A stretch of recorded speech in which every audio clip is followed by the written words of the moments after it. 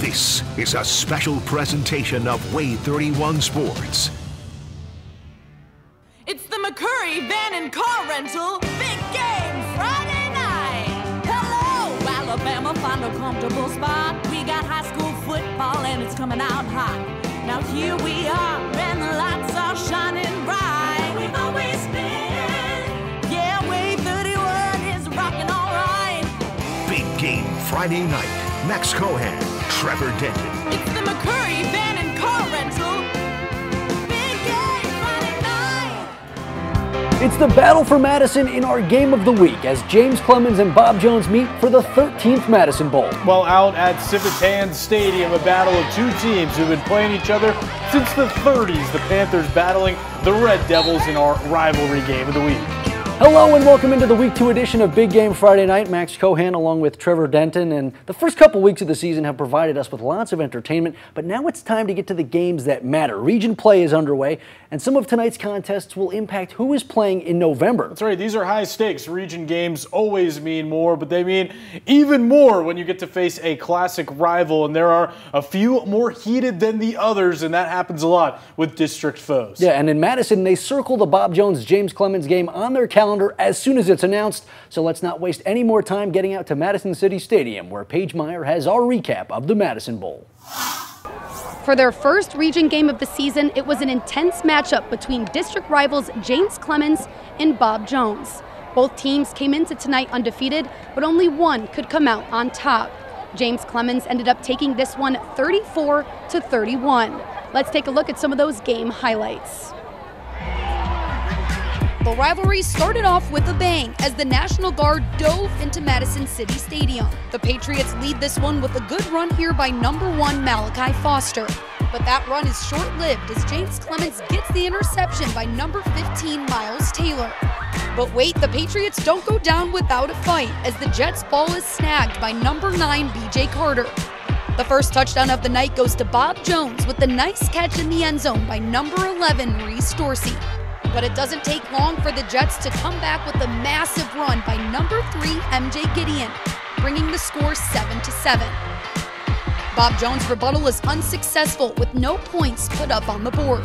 James Clemens dials in with the ball now in their possession with a big catch here by 21 Alex Lively. A few tedious plays later, another Jets 6 points on the board by number 0 Cam Berry, putting James Clemens up 14-7 at the end of the first quarter. And the Jets don't lose steam there with an impressive run at the kickoff return by number 9 Wyatt Willis. And he's still going.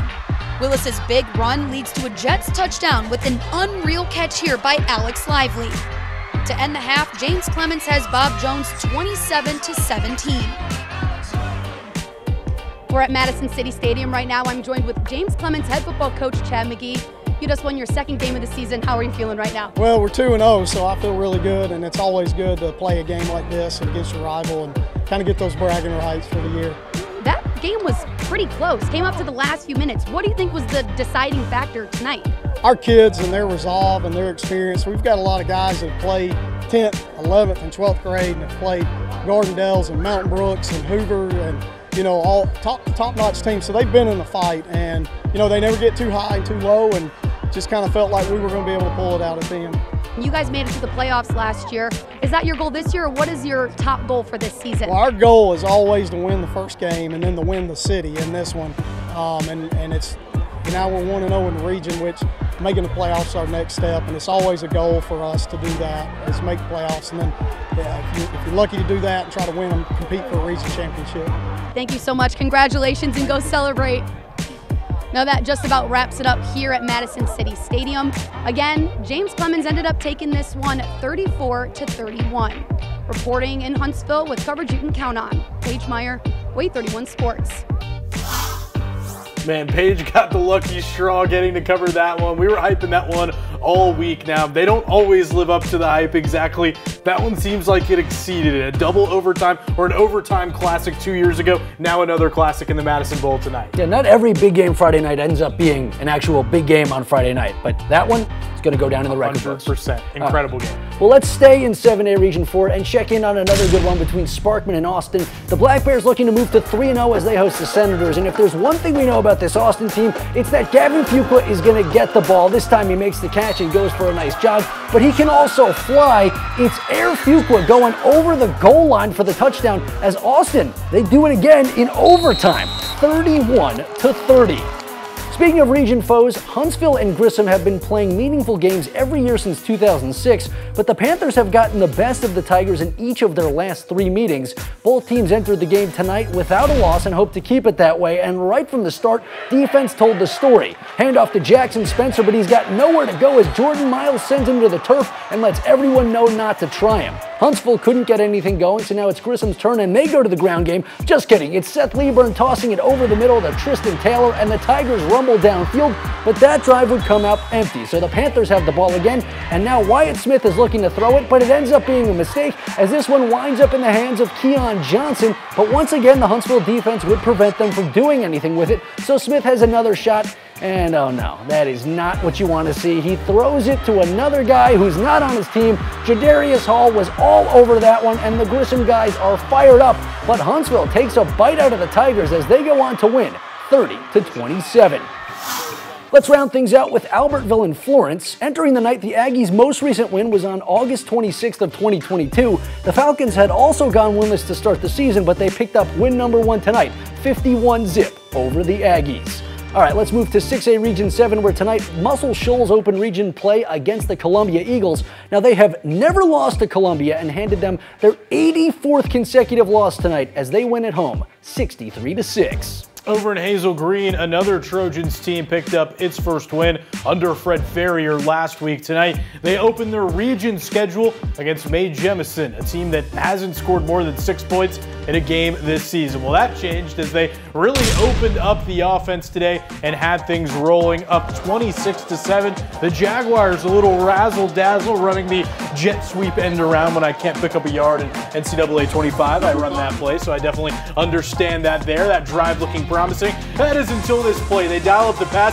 Xavier Thompson leaping up into the air like a gazelle. He also finds some room on the return. Mae Jemison wins in the end over Hazel Green, 33-16, finally getting that offense going. Over in New Market, the Bucks kicked off play in the region against Gadsden City, a team they hadn't defeated since their first meeting in 2014. Well, there's a promising play to get them going. Moses Whitecotton hawking down the quarterback, forcing the fumble. Thomas Jones scoops it up, and all-around great defensive effort for Buckhorn. But apparently, the fumbles were contagious out there. Looks like they had maybe some trouble on the snap exchange, and the Titans' Chris Butler picks it up and almost takes it all the way back to the crib. We don't have to wait very long to see them put the ball in the end zone. However, how about this time from Kai Franklin to Zion Gibson in the corner of the end zone? Can't draw a play up any better than that one. Gadsden City draws up a win, 40-7. Down in 4A Region 8, the Randolph Raiders already have one region win very early in the season. They beat Madison Academy in a fantastic game last week, Max. Yeah, and if they wanted to start 2-0, they'd have to do something they've never been able to do before, defeat Plainview. So let's head over to Garth Road, where the Raiders hope to win at home for the first time this year. And here's a great place to start. With a 21-point lead in the second quarter, Randolph keeps Plainview out of the end zone on their 4th and goal attempt, and that will get the Raiders sideline pumped up, and, for good reason. So now Randolph takes over, and William Mitchell is going to take the snap, and then it looks like his GPS might recalculate because he goes from the left all the way to the right, taking that alternate route Apple Maps. far sideline. He'll pick up some free yardage with the ref breaking out the laundry, but that drive would end without any points, so the Bears get another shot. This time they finally break the ice as Trey Rutledge takes the high snap and runs through traffic and in for 6. While that would keep them from being shut out, it would not change their fate. Randolph wins 35-14. All right, let's check in on the Battle of the Wests in Leicester. Both West Morgan and West Limestone enter the night without a loss, and the Rebels come out on top as they win 29-7. Last season, the Madison Academy Mustangs finished as the runner-ups for the 3A state title, but this year they're in 4A now and they've lost their first 2 games. But guess what? Mustang fans know not to be too discouraged because they also lost their first 2 games in 2022. What happened that year? Well, they would not lose again until the second round of the playoffs. It's a long season, everybody. Tonight offered a chance for redemption against DAR, a team they've hung 50 on every single time they've met. What a streak there. And Brian Merriweather got streaking into the end zone there, finding the opening and using it to get the Mustangs on the board first. Then he's going to run over to the sideline to celebrate. Why not? Having a good time there. But things would only get worse for DAR after that. What does a team that's down try to do? Usually, you're going to try to throw the rock, but that strategy not paying off for them. Cam Childress picks this one out of the air. A long trot all the way back. I think our 3rd or 4th interception of the night, and that's a pick 6, so that's the best one so far. They hang another 50 points on the board, winning 55-0. Over at Madison County, the Tigers enter the night with 1 region win already as well, but North Jackson is for real. They would keep them from getting a second one as the Chiefs win 21-14. Over at Discovery Middle School, the Westminster Christian Wildcats moved to 3-0 on the season, extending their win streak over JP2 to 9 games now. This one a great one for them as they win 40-10. We've already seen some great action tonight, but time for us to call that first quick timeout of the game. Yeah, you don't want to touch that remote because it's almost time to check in on last year's 2A state champs. Our rivalry game of the week is next.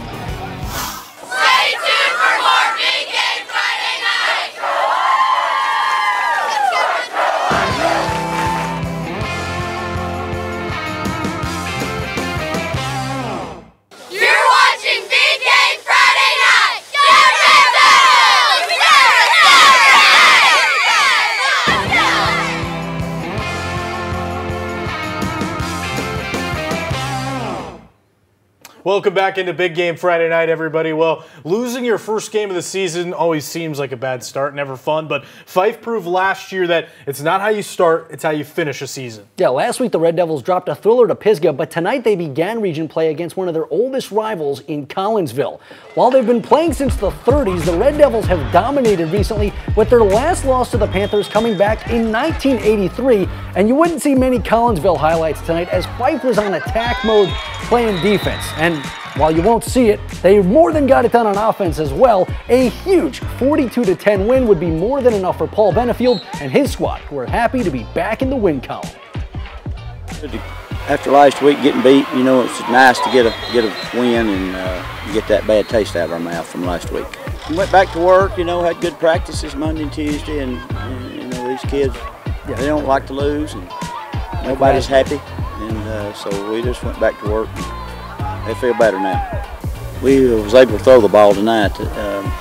We usually don't do that, but we had to tonight. So they had a good defense to stop the run, and so we had to do what we had to do.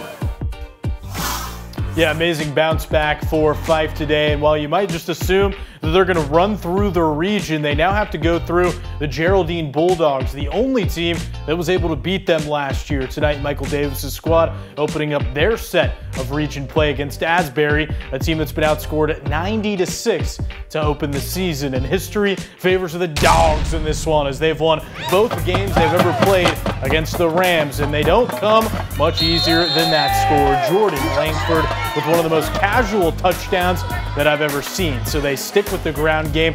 Jacob Dollar gives this man a full set of change there, stiff-arming his own guy to block for him. He'd show off his footwork, but it wouldn't break for much this time as he gets dragged to the ground by the jersey. Later, it looks like the Bulldogs are finally going to throw it, but this just turns into yet another Geraldine run. Final score of this one, Bulldogs 64, Asbury 0. Let's check in on some other scores from around the region. As you might recall, Lauderdale County went perfect 6-0 in region play last season. Tonight, their quest to repeat against Elkmont started, and they did it, winning 49-8. And of course, you can never forget about Mars Hill. Darrell Higgins' squad put on a show in their first 2 games. In their third against Colbert County, the Panthers won again as the Indians over the Indians 45-21. All right, well, it's time for us to call our second timeout of the night, but we're not even close to finished. Yeah, stick with us. We'll get into 5A Region 8 after the break.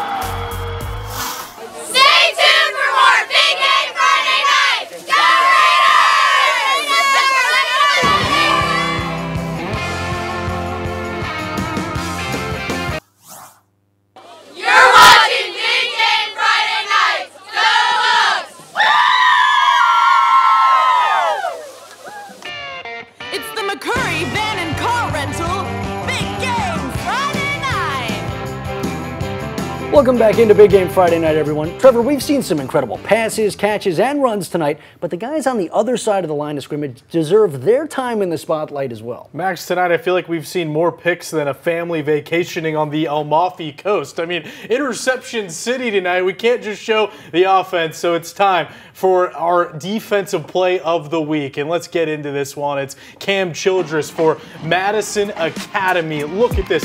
The focus to be there at the right place at the right time. And we see a lot of interceptions, but we don't see a lot of this. How about taking it all the way to the crib for the pick six? And that's enough to earn our defensive play of the week. Final score of this one, 55-0, Max.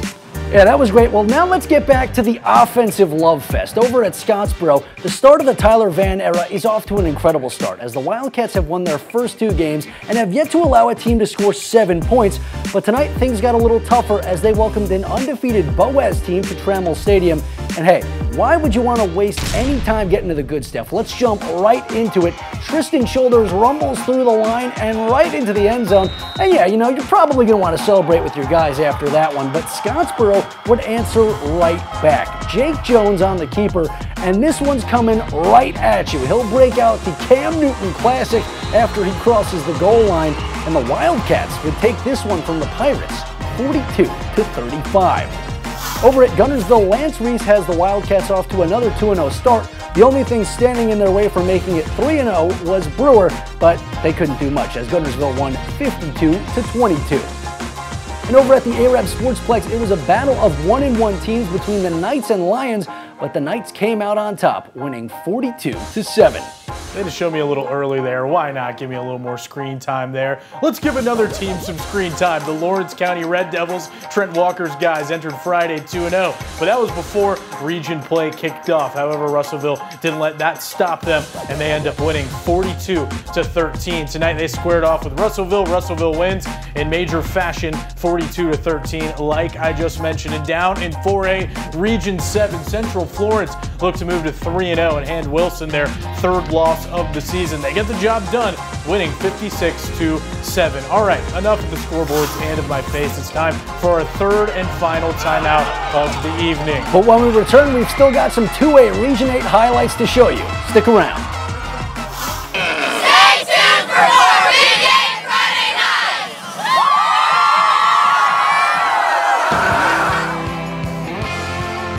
The McCurry Van and Car Rental Big Game Friday Night! This is the Bob Jones Band, and you're watching Big Game Friday Night on WAAY 31.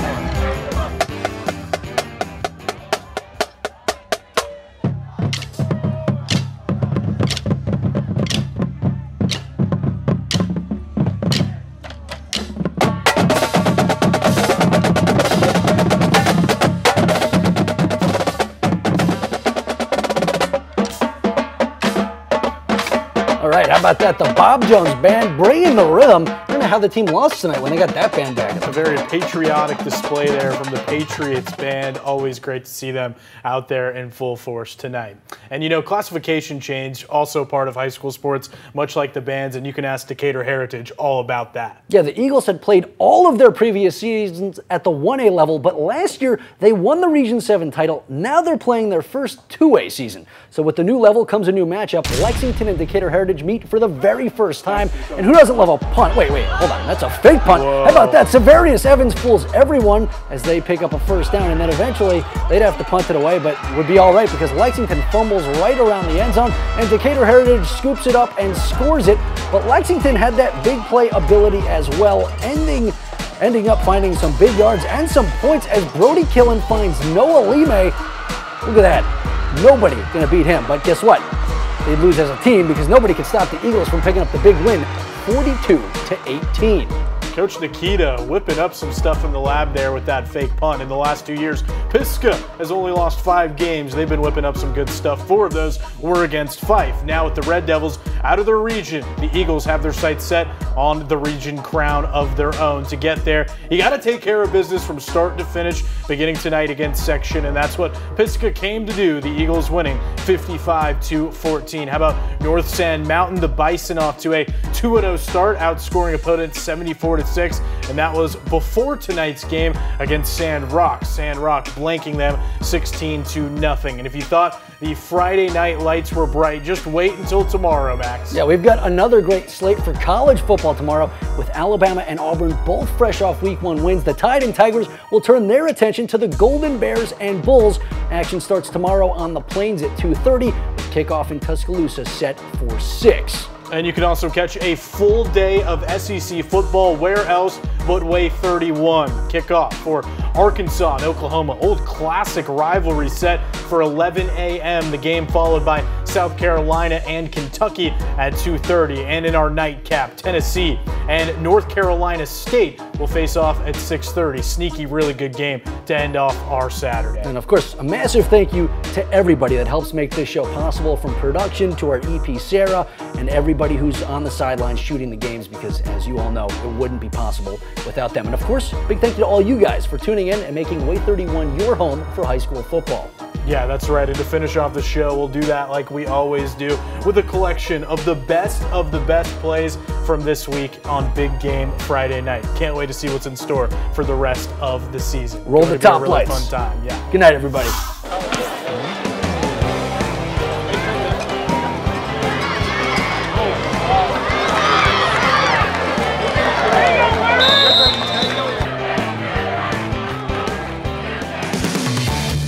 You've been watching a special presentation of WAAY 31 Sports.